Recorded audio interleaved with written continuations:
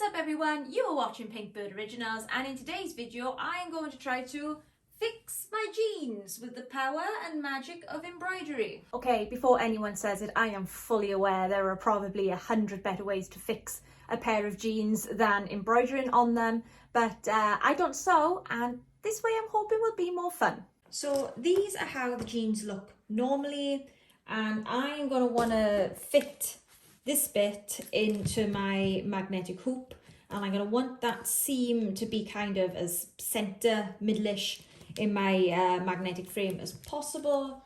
So when I insert the hoop into the contusion, actually I think a contusion is a bruise, but you know, I'm going to twist my jeans slightly so that the part that I want to embroider on, this bit here, is running more down the centre of the hoop.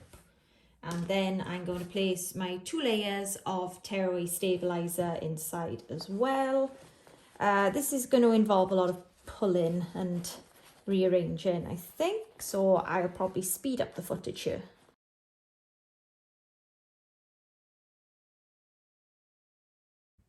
There.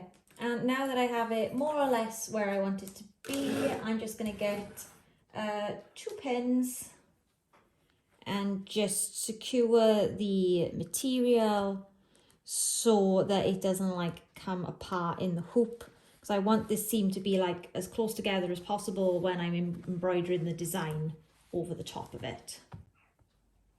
I think I'll add another pin at the bottom just for some extra security.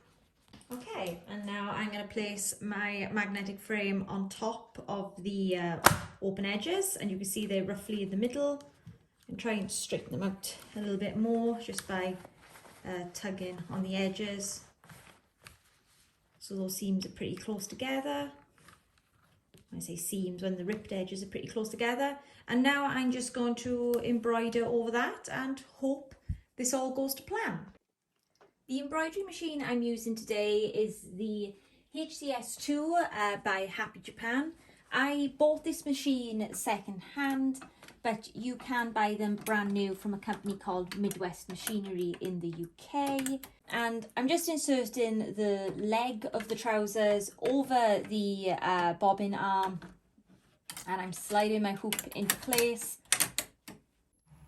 The design I'm going to be stitching onto the trousers is a design I digitized myself. It's a patch I currently sell in my store, but I did edit it slightly to be suitable for this project. And one of the things I did was add in a knockdown stitch, just a very, very loose cover stitch to kind of mesh over the raw edges of the jeans.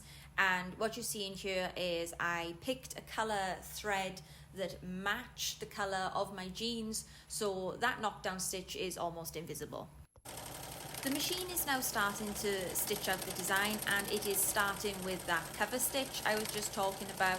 As you can see, the cover stitch is running right the way across the open edge of the jeans. I'm doing something I don't really recommend here. I am just kind of holding the material down with my fingers away from the presser foot, I want to point out.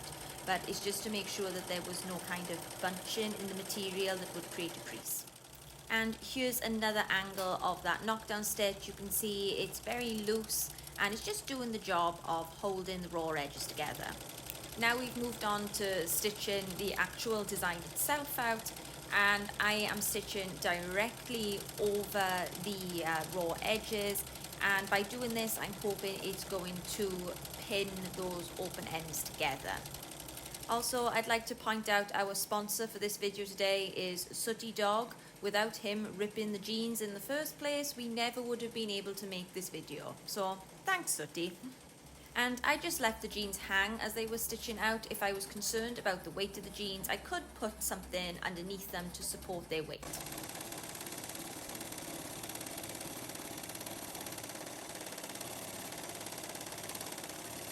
About halfway through the design, I had to change the bobbin. All of the Happy Japan embroidery machines actually come with a built-in bobbin winder, so I just wind my own bobbins.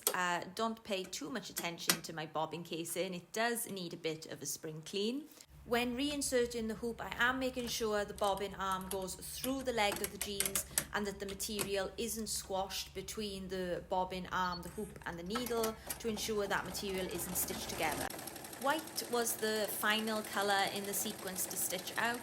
I did digitize a thick white satin stitch border to go around the edge of the snake, but ultimately I decided to stop the machine before I got to that stage because I thought it looked effective enough without it.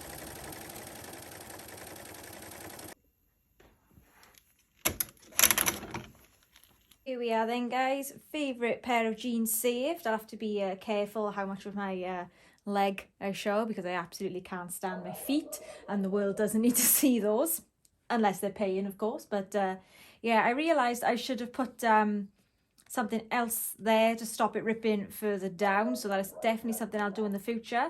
But the embroidery has covered the the rip completely, and now it's stopping this part from like hanging down like it was before. So yeah, I'm pleased. Favourite pair of jeans saved.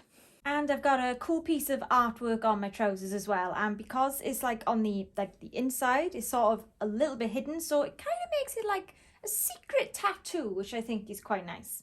And that's the end of the video. I hope you found it helpful in some way. I hope it gave you some ideas on how to sort of upcycle clothing that you thought you might have to have thrown away. If you enjoyed the video, please give it a like, and if you could subscribe to my channel, that would be really appreciated too. I'll see you next time. Thank you for watching. Bye bye.